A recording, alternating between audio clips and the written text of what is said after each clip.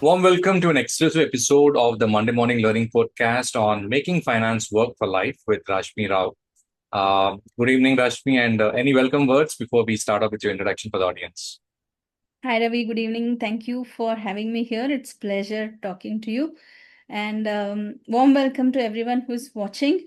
We will try to make it rich, content rich and accessible content. So though it is about finance, it's a lot more about mindset.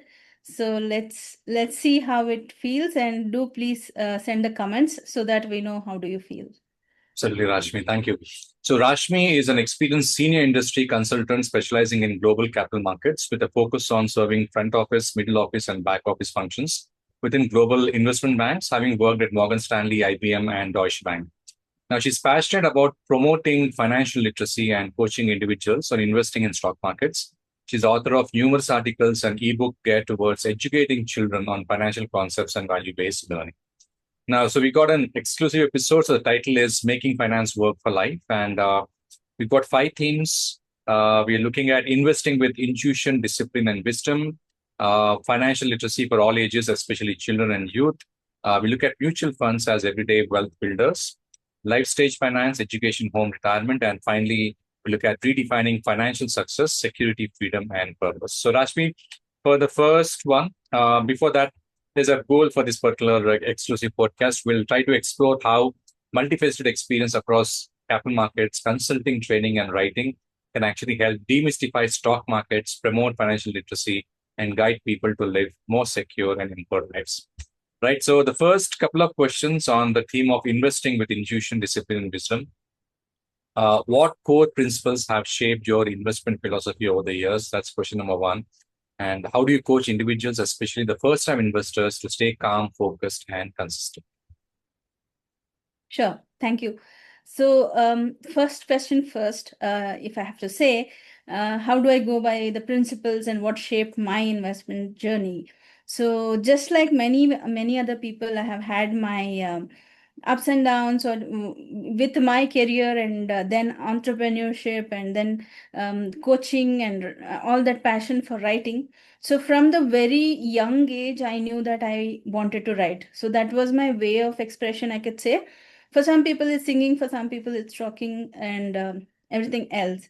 So that topic maybe I will touch upon some other time when we talk about careers and stuff like that. But how that helped me was, everybody has this habits or hobbies, and mine was writing. So it actually made me know myself, and this is a very big gap in finance. It will be surprising when I say finance is numbers, but it is not. So if we don't know how to express, or if we don't know how to say what I want, then the entire scheme of things, even if I give a good model, it may not work. So the principles came over ages. So I took decades to build up this framework. But today I can quickly say what it is. So I just call it MAPS.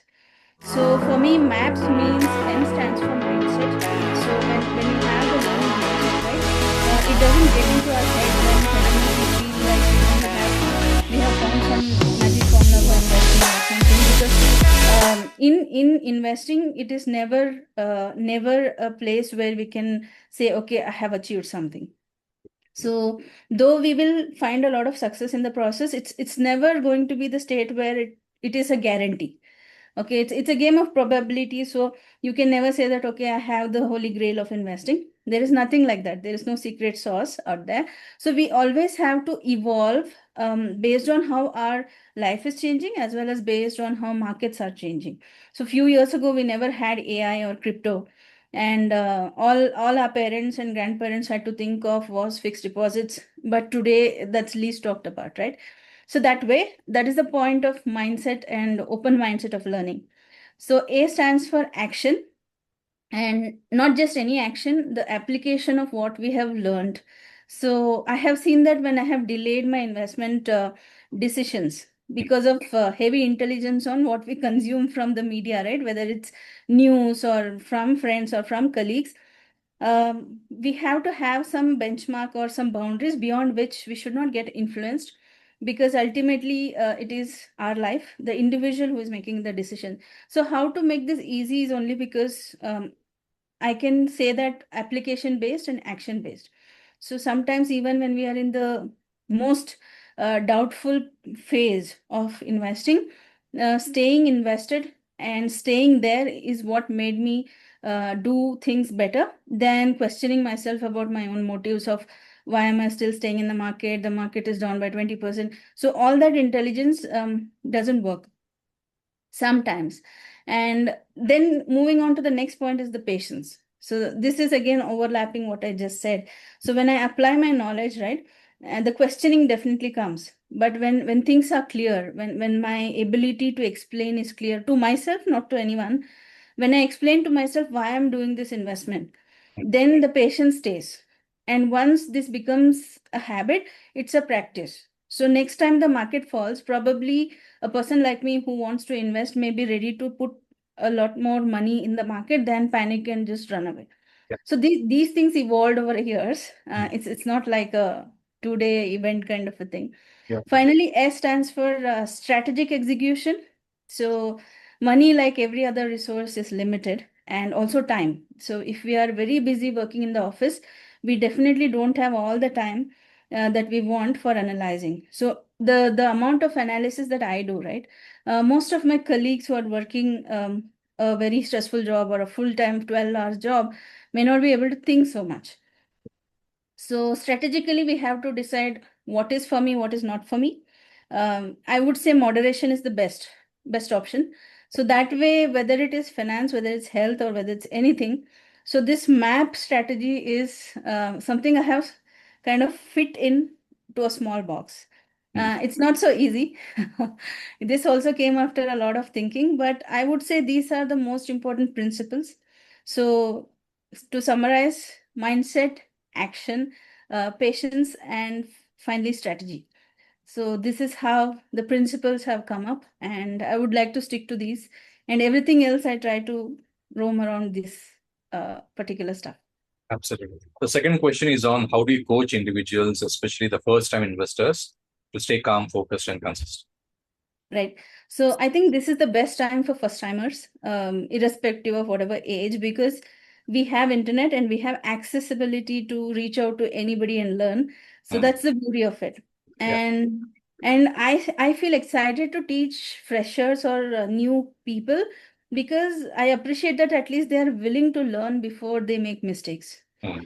So if we just jump in there, then we are trying to fix, first we are trying to break something and then trying to fix it.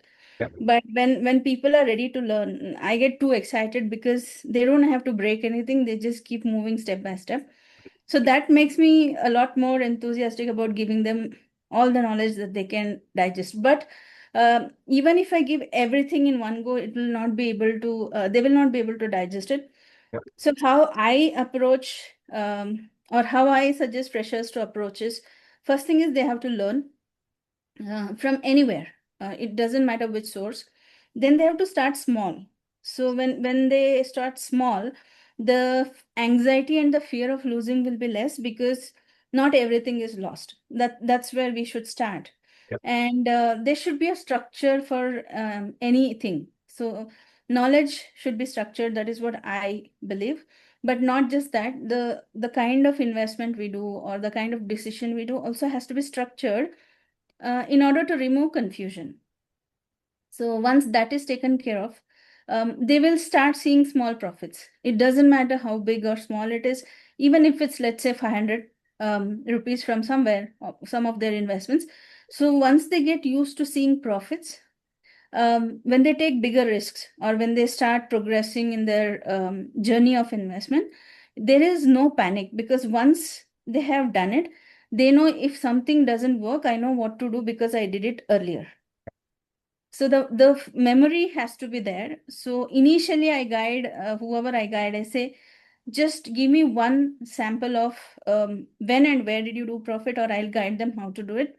And once the chain starts, it's not like they will always make profit or the investment will always work well, Mm. but we have a point of reference. So if there was a small profit, so today it is 500, but when we put lot more money as life improves.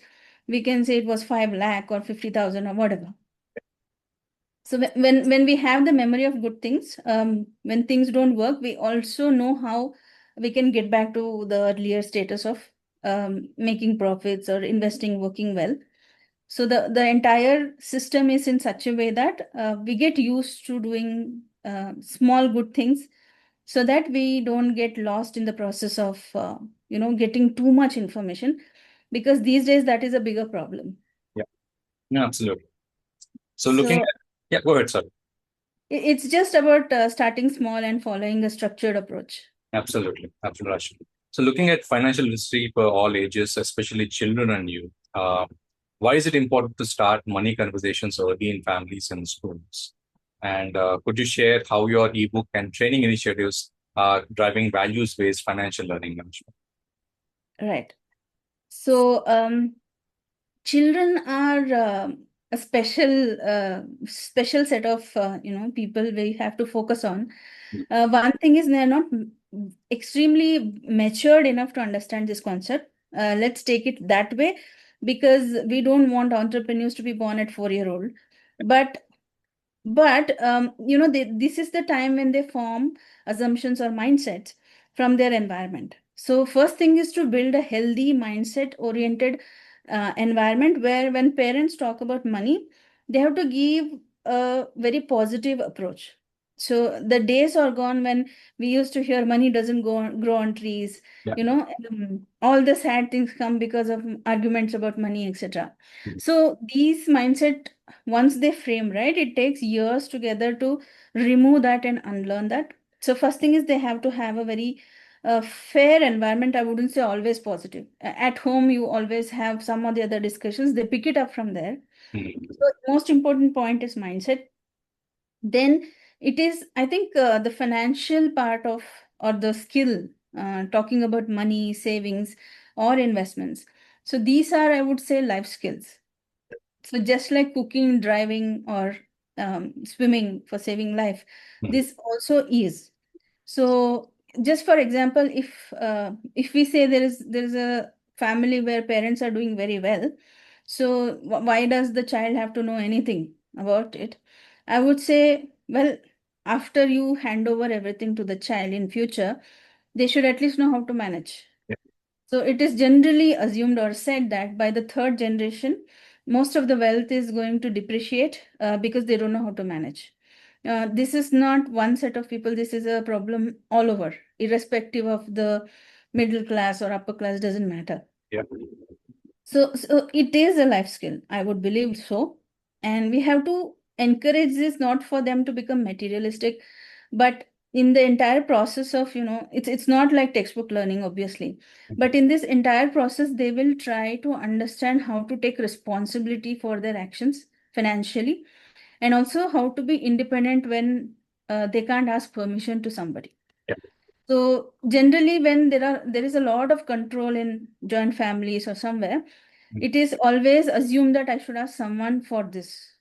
Yeah. But if there is a healthy discussion about, tomorrow you have to do this, how would you approach? Even if a small conversation happens, how will you manage yourself in a hostel? Then it becomes like, a kind of VR examples for them to follow. Absolutely.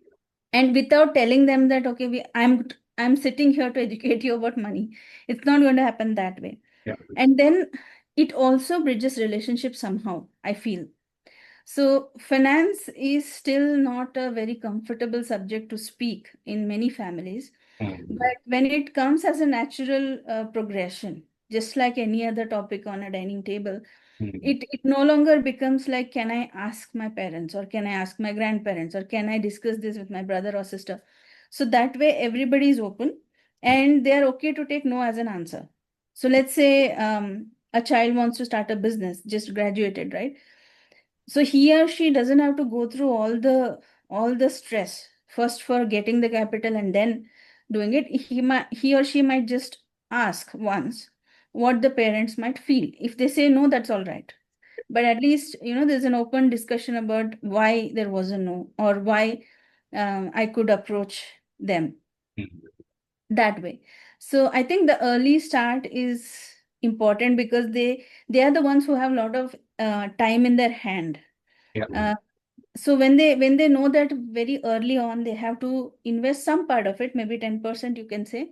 Mm. So unknowingly they are going to create wealth, and they have time to make mistakes and also correct their mistakes. So they have so much in hand, but unless someone talks about these things, Yeah. it will be late for them to understand. And maybe by the time they are 30s, they will understand that, oh, I wish I had done this. Abs- So that's why children should be part of discussion appropriate to their age. Everybody can't understand it at the length of stock market or something, Yeah, but it's important. absolutely. So moving to, do you want to share anything on your training initiatives, Rashmi? Yeah, so training wise, I am open for training only for long-term investments and particularly stocks. But very recently, I have launched one more topic called mutual funds, Um, where especially with busy professionals, it becomes a hot topic and a very easily executable plan. Because when I was working for investment banks, we all of us had all the knowledge about this particular subject, but the busy schedule and everything else in life never allowed us to investigate or take that one action forward. So I also did not invest really aggressively in the past. But when I think back, I feel that there was no strategic approach. It was just like, okay, I know I have to do, but I can't do it right now. yeah. But in that process, we miss a few years, and the compounding never happens. Mm. So now I'm focusing mostly on working professionals and how to guide them through investing in safe places like mutual funds to begin with. But for those people who have a little more time and also interest, then we have offers on teaching how to invest in stocks, particularly how to select them for long-term wealth creation or long-term portfolio creation and all that. Sure, Rashmi. Thanks for that. So you spoke about mutual funds. Let's look at mutual funds as everyday wealth builders. A Yeah. couple of questions around mutual funds are also called the common person's route to markets. How do you explain their relevance to first-time or hesitant investors? Right. So mutual funds are very simple tools for investing. So for someone who doesn't have time or someone who is starting new, the risks of stock market or stock selection or analysis that goes into buying and selling might be jittery in the initial period. Or let's say the market condition is good or bad. If I ask this question to a beginner, it will be very difficult and we shouldn't even expect them to answer, because arbitrarily you will see a news and tell, or probably it will be very confusing for that person to get the person to say, I feel the market is so and so. Also, it takes time. So this kind of analysis is supposed to be learned over a period of time. So whenever we are starting, or whenever there's a fresher or a working professional who doesn't have time, or let's say housewives or someone who took a career break, wants to do something but not really take too much risk, then mutual funds are the best tools. On one side is it's because you can start very small. You can start as small as 500 rupees in this area. In fact, you can put as much as you want also over a period of time. And we can do SIPs, which is systematic investment plan, which almost gets the discipline of not really having to time the market. You don't have to read the market. You don't have to read the charts. You can still begin from wherever you are. That's another advantage. And the most important thing is mutual funds are dealt by fund managers. And now the fund managers are professionals. So one thing is they're qualified to run a fund. And second thing is the data, or the kind of analysis and systems and all the processes that they would be having under their hand is way, way advanced than what I as an individual can sit and make it myself. It is time consuming. Also, it takes a lot of learning before we get into that level. So when we do mutual funds, it really saves time, effort, and energy, because there is a professional who's handling this, and he or she will take care of the market ups and downs. Yeah. Only thing is, when we start, we just have to know what is it that I want to invest in, and what is the amount of risk I'm ready to take. Why risk? Because just like any other investment, mutual fund is also associated with some asset class. It Right. could be equity, it could be debt, it could be gold also. Mhm. So when we invest in gold, we cannot expect the return on equity. So there are very few differences which we will have to learn. And the only thing, most important thing we have to learn is why am I investing as a beginner? And when I'm investing, when I know why I'm investing, let's say for paying off home loan or for child's education fund or for retirement, if these are well defined, then I know that I have 15 years in hand, or I have 10 years in hand, or I have 5 years in hand. So these things are supposed to be decided by us, the individuals. Once that is decided and we know how much we can invest every month, then which fund do I have to pick? That's the only decision we have to make. And we don't need any other statistical data to make all of these decisions. So the decision making, risk management, diversification, everything is taken care of. And this, once decided, it can be very smooth as compared to I deciding everything on my own. If I'm working and I don't have time, then this is the best option. Absolutely. I think you might have answered it, but I'll ask the question. In a noisy market, how should one choose between chasing returns and building steady long-term wealth through mutual funds? Right. So first thing is market could be scary or noisy or assumed to be risky depending on where we are currently in our life. Yeah. Okay. So if a fresher is coming to me and he or she is like 21 to 25 years of age, I would still ask them to take risk because they have a lot of time in hand and it's not going to be over in 5 years. Yeah. And they still don't have major responsibilities of life like a child or something like that. So for them, risk is not investing, I would say. Yeah. When we take experienced professional, let's say around 30s, 40s, they might be having a home loan or they want to buy a home, or they might be in a leadership role and they don't have much time.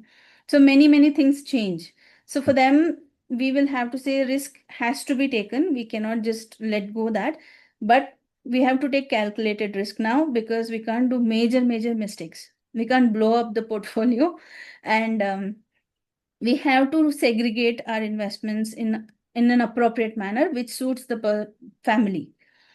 Then as we go further in the age, we need to reduce the risk taking because during retirement the capital protection becomes more important than aggressive investment, return on investment, and all sorts of financial ideas. So these are general things, but when we decide all of this, also there is something called market, and there is something called global markets, economics, etc., right? So when we do SIP, when we do the disciplined investment, I'm just sticking to the mutual fund right now. Even if you, let's say, bought a stock or a mutual fund in 2008, when there was a crisis, entire globe was under subprime crisis, right? So at that bottom, if someone had invested, today they will not be under loss in a good stock, I would say, or in a good mutual fund. So there is not in such a long period from 2008 till now, after decades of investment, it is very difficult to have a loss in your portfolio if you have done the right investment without messing up with all buys and sells too often. So in a long run, equity is a great investment vehicle. So you can take time to learn, you can take time to adjust your strategies, etc.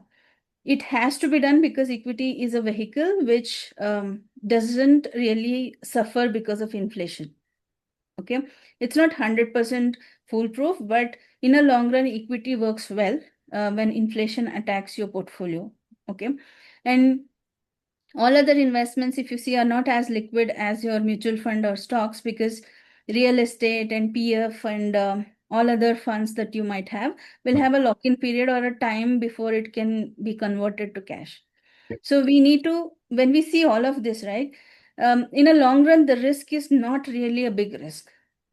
So if I have to generalize this entire statement, I would say not investing is a big risk.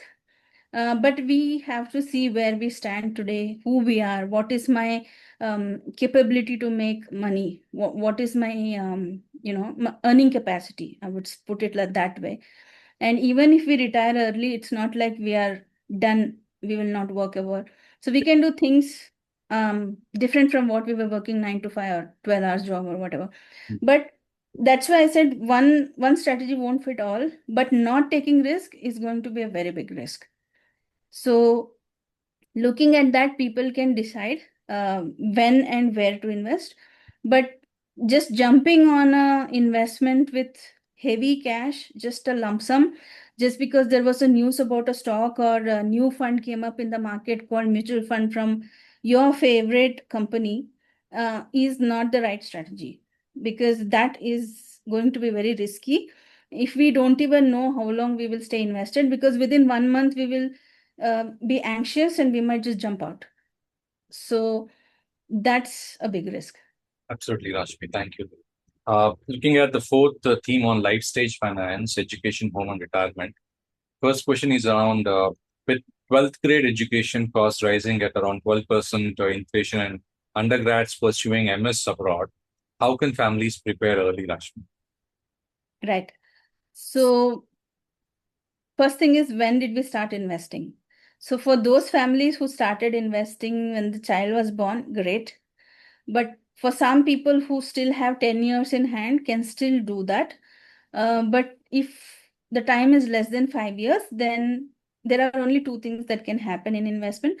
One is we need compounding, for which we need time along with money. Compounding won't work in 5 years just because I am going to study in US, Yeah. right? So that needs time.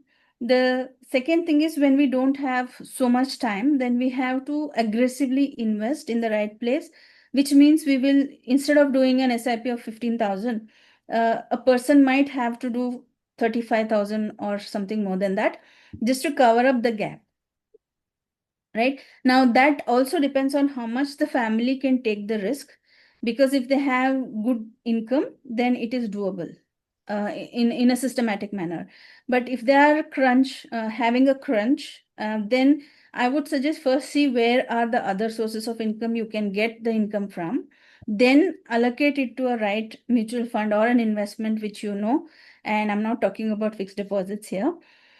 So that way we can finance. So another thing I want to simply clarify, because we are on this topic of education, is if I assume that there is a 12% inflation in education alone, then every 6 years, roughly, I'm not giving you the right numbers here, but roughly I'm just doing a mental maths of, in every 6 years, let's say the cost of education is somewhere close to double or even 50% increase on whatever is the base price that we are taking.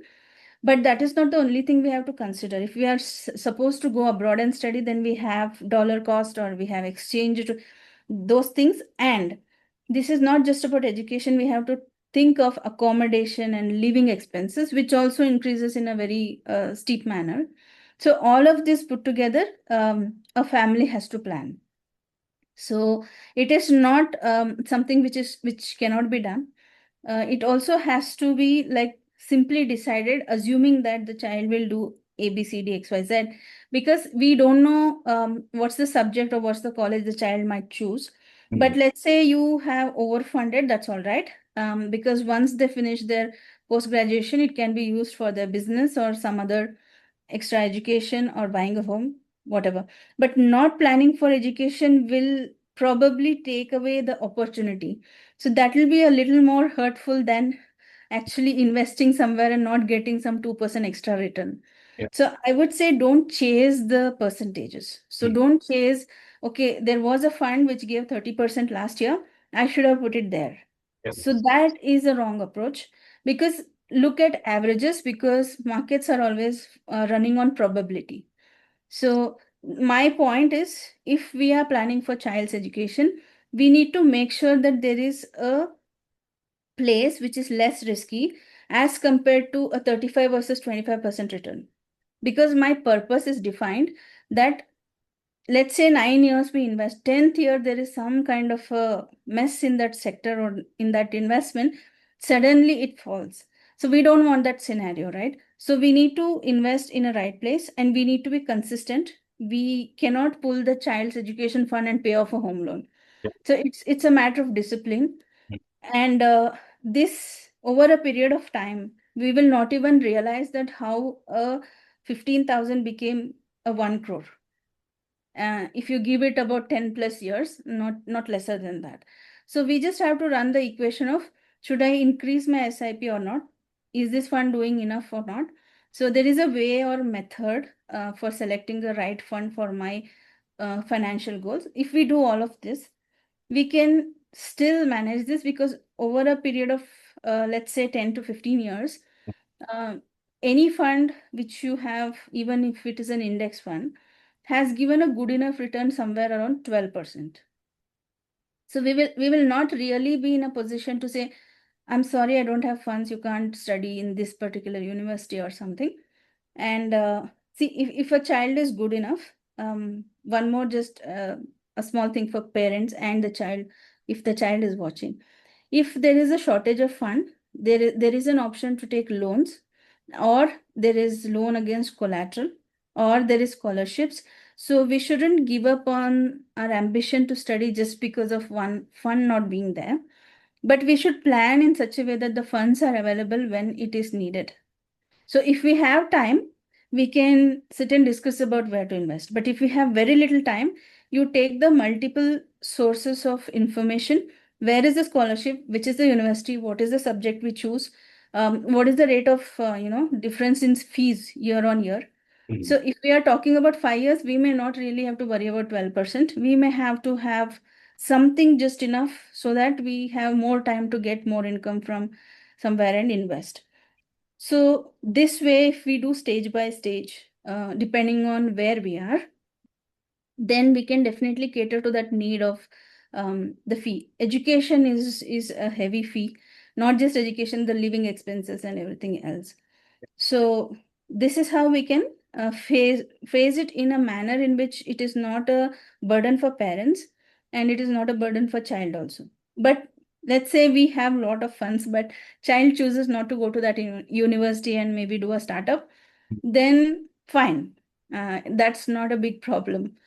So, but not planning for this event probably is a problem. Thank you, Rashmi. We spoke about home loans. The question basically is on how should individuals balance paying off a home loan while still building a robust retirement plan. Interesting. So, see, home is also important, retirement is also important. So we can't choose between these two. We have to play around in such a manner that we balance it. Yeah. So how do we do this is, see, not every loan is a bad loan. When we take personal loan or any other, let's say, vehicle loan, these are all liabilities because they're not creating assets. What I mean is, when we buy a home, we have a home. Either we can stay in that house or we can rent it out. So Yeah. there is some kind of cash flow.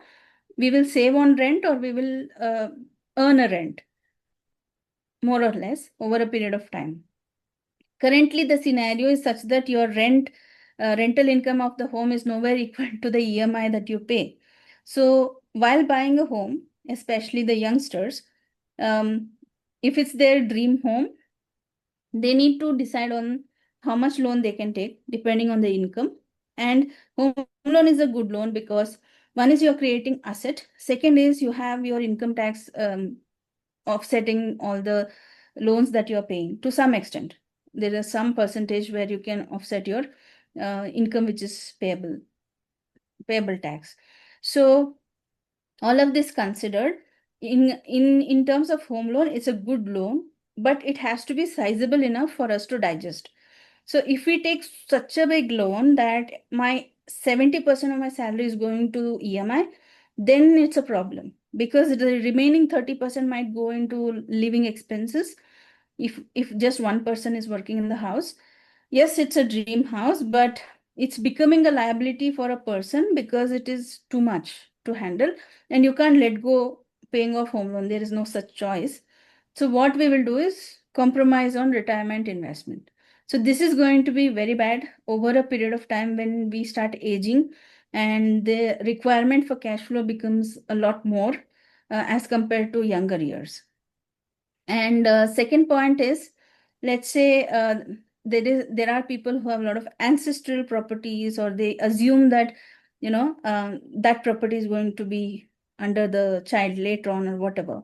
But the quality of the property also has to be thought of, because if it is in some kind of a village, then selling it off and buying a home in a place like Mumbai is going to be a dream come true.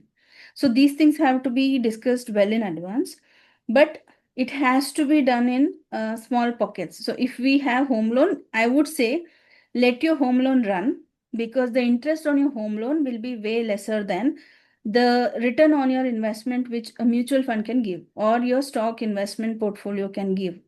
Okay, so if you invest in stocks for retirement, then choose the stocks which are like large caps, where there's very little risk of going bankrupt, kind of a thing. Or choose a mutual fund which is meant for retirement. So we have different kinds of varieties of funds, like retirement fund and long-term funds and stuff like that, where the risk also is mitigated by the fund manager. So over a period of 20 years, also, if you're paying EMI, the investment you have made is actually growing more than your EMI. So there will be a time where your investment is so good that you take a lump sum from your investment and pay off the home loan early.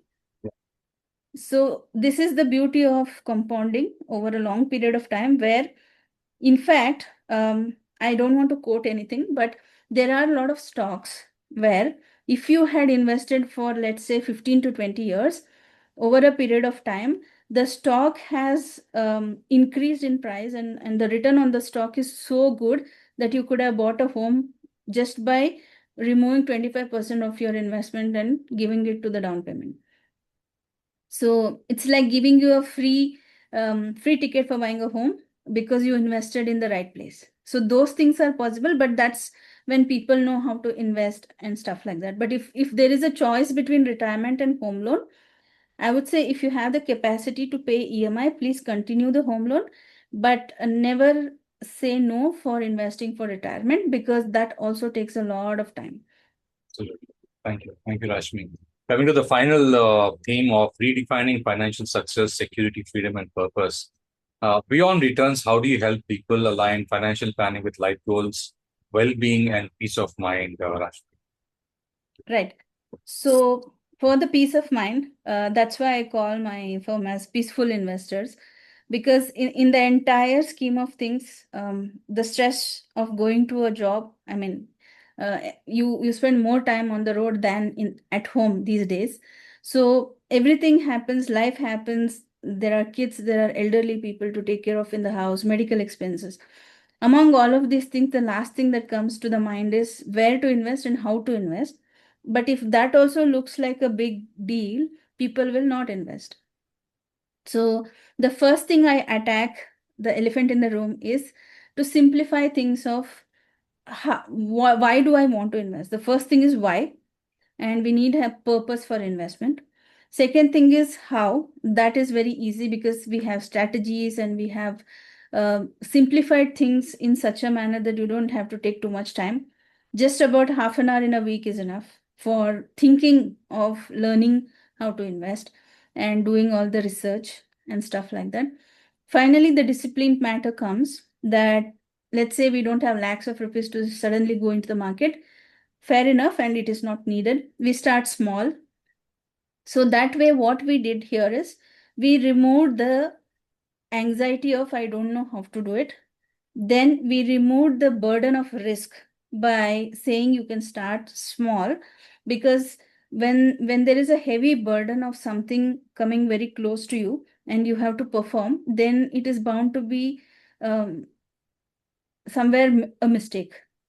It's not always right, but I'm saying that when you are under pressure, your mind decides against you, and that is a big problem. But when we have defined why and how, this anxious way of making decision will reduce to a great extent, and we will have time to fix things if things go wrong.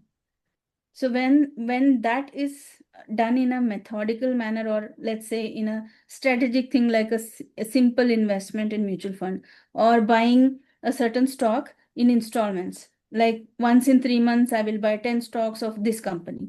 So when we tell our mind that this has to be done, this is no compromise, we will not really realize where did that 15,000 go. But over a period of 5 years, we'll be surprised that when did I save this much? Because it's growing in the back end. So these definitions will make things easier, and it no longer looks like investment is a big deal, but the effect that it will have on our quality of life is is unmatchable.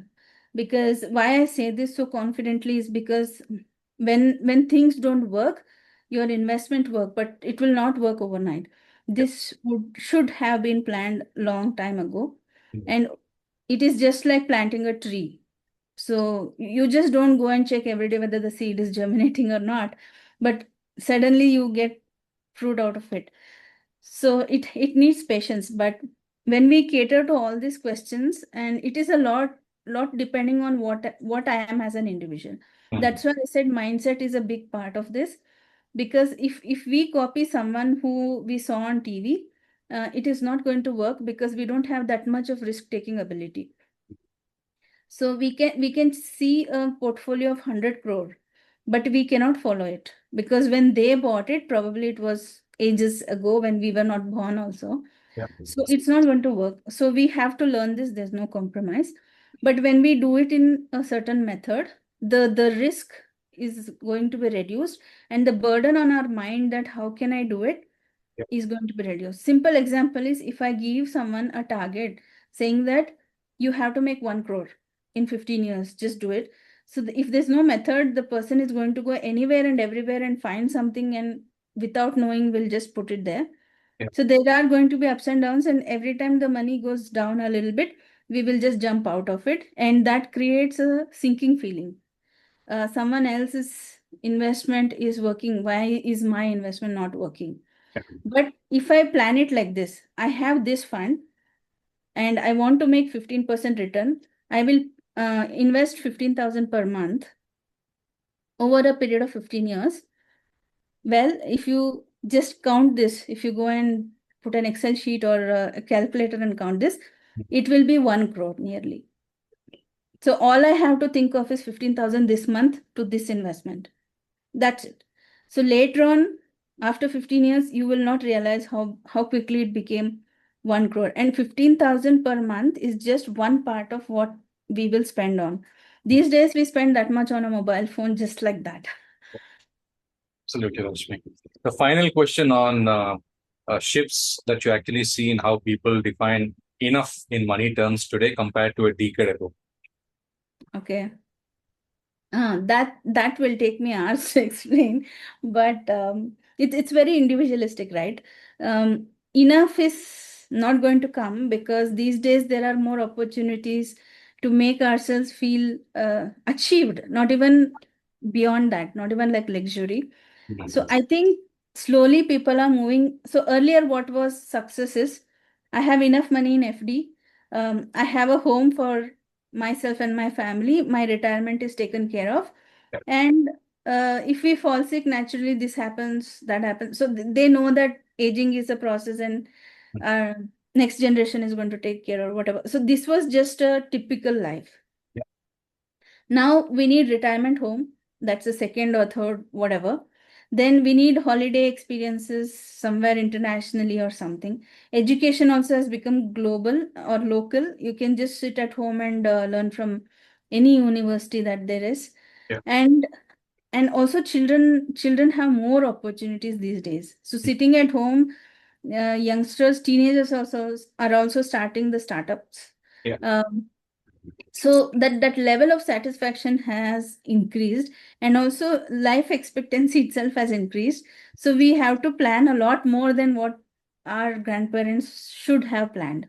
Yeah. So for them it was just roti kabda makan, but right now it is like how many homes and which luxury hotel. And I'm not saying it's wrong. What I'm saying is the purpose and the method has changed. So if we still depend on fixed deposit, maybe we will not reach anywhere.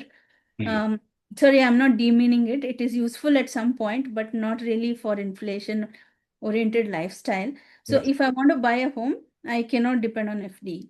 So if I have to put it in a risky investment like any market, whichever it is bond or stocks. There is risk everywhere, but I need to also increase my earning capacity, right? So we cannot simply shift a job just because I want a bigger home. That won't work. Yeah. So enough is very individualistic. In fact, nowadays there is all this discussion about early retirement. So many people are moving to villages instead of villages moving to cities. Yeah. And cities are becoming more and more luxurious. Who knew that on over a phone you can order a food, right? So I think luxury now is about maintaining a quality of lifestyle. Um, Even if it comes to health, there is different level of staying healthy, going into a nature cure, or options are many. Yeah. So enough is enough. I would say moderation is enough. Why? Because anything we overdo, right? Let's say I'm extremely happy because my portfolio is doing great, but I can't really enjoy because I'm not healthy. If that is the situation, I would say it's not rich. It's just goal achieved. So we have to define what we have and what is enough. If we have enough for survival right now, and you extrapolate it and multiply it by 12 monthly expenses, so my emergency fund is taken care of, insurance is taken care of, so that family doesn't get into risk if something happens. Then if home loan is paid off and nobody is asking me to get out of my home, you can sit anywhere and work these days, so that has to be ticked. So education of children, main thing, and medical expenses. So if these 4 or 5 things are tick, tick, tick, then I think they're already there. That's enough, or I would say that's enough to start the next level of happiness if we have to define it. It's like that law of pyramid, right? Where people, once they achieve what they want to achieve more because they want to do something for someone else. So I had this big confusion of how much is enough when I was in hostel studying. For me, it was very small expense. This is for hostel, this is for the books, this is for this. So my compartment was very small. And once I got married and family extended and all, there was a big thing in my mind that how do I get into this number? So I stopped getting to that number long back, because once as I told you, the kind of tick, tick, tick that we did, then it becomes more and more clearer about, okay, this is exactly what I want. This is exactly the city I want to retire. Yeah. And then I was going through some material on Tony Robbins. So I still remember this very nicely, because this is what really made me change a lot of things in my life. So he told the story of how he came about, how was his childhood and all. And he had that small memory of someone giving something for Christmas for the family. And when he became a millionaire, he decided that I'm going to donate 1 million lunch or dinner food, especially for people who can't afford to eat, every single day, not just for Christmas. So the point here is, if he had stopped when he had enough, then he wouldn't have seen a day when he can do enough for others. So I don't want to say that you stop here because you have a home, because you have a education done. I would say don't push it too hard after a certain extent. Do it with pleasure. Do it with purpose, right? So if tomorrow I become so capable that I can do a lot more for educating others, so it is not just my education or my family's education box ticked. It is about a lot of others who can get, because I was decent enough to save or earn or whatever. So when that purpose is served, right? If I have to educate, let's say, 1 lakh students to get their post graduation, then that enough is not really sufficient for me. So it was a long answer, but what I'm trying to say is, first stick to moderation so that we reach that level of goal. Initially, when we start earning, I don't want a 4 BHK, because I'll never be satisfied afterwards. I will be running short in other areas of life, right? So, but once I have enough, enough to survive myself first, then the family and all that. Then we can think of a lot more bigger thing because I'm no longer at risk. So, So I'm not going to jump into fire. So I will be able to teach how people should not also jump into fire. yeah. But if that is not taken care of, then we will not think of anything beyond that 4 BHK. I want a 4 BHK. Mm. I would say buy a 2 BHK. Okay, be satisfied. Buy another 2 BHK and get a rent out of it. You already have a 4 BHK then. But it's just for the world to see, okay, you have a big home. But when moderation is taken care, right, then tomorrow, even if you can afford, probably you'll not buy a 4 BHK. That's a personal choice. But I would be happier if I'm in a position to buy, but I don't. It's a personal choice. So now with this, people can decide what is enough for them. But I would say first take care of your needs and health, because without that, we can't do much. Certainly, Rashmi, a lot of advice, a lot of insights you gave over almost close to an hour or so. We have Oh, 5 objectives, and I think we met 100%. We basically try to understand the timeless principles that shape sound investment behavior. You gave a lot of insights there. We yeah. explored how financial literacy can be cultivated across ages, especially among children and youth. And you decoded the role of mutual funds in creating accessible, disciplined wealth building pathways. We also looked at life stage financial planning around education, housing, and retirement. And finally, you reflected on redefining financial success beyond returns towards freedom and purpose. So I think a lot of insights for our audience for this particular podcast. And I think they will definitely message you and have a kind of a one-to-one session with you, I guess, to take their investments forward. Anything you want to talk about in terms of how they can reach out to you for the one-to-one classes, or do you have batches where people can actually come across for your classes? Sure, that would be great. Would be loving to help people who are interested in that area. So they can reach out to me on WhatsApp. I'll pass you the number, or I have a link which I can give where they can explore on their own. And many things are self-explanatory, and it can be self-paced sessions. And we are going to launch a lot of free sessions in the process, which we are doing right now, because I want people to first experience the beauty of financial literacy. That is why I want it to be freely available for a lot of people. And only when they come and log in and connect with the community, I would know that they are interested. Absolutely. Otherwise, I can give a speech for 3 hours and people will still feel like, okay, I know it all. Yes. So, but the action and execution won't happen. So focusing on people who really, really need it. We have customized training in terms of how to do all the hows and whats and whys have been taken care of. So that way I'm doing a lot more in the next few months. But right now also we have a lot of material for consumption. Sure. But the focus again is on long-term investments and in mutual funds now. So these are the things that I can definitely help with. Absolutely, Rashmi. Thanks so much for spending so much time. I think I'm going to pull you back for another podcast sometime shortly with another. Definitely. Thanks so much again.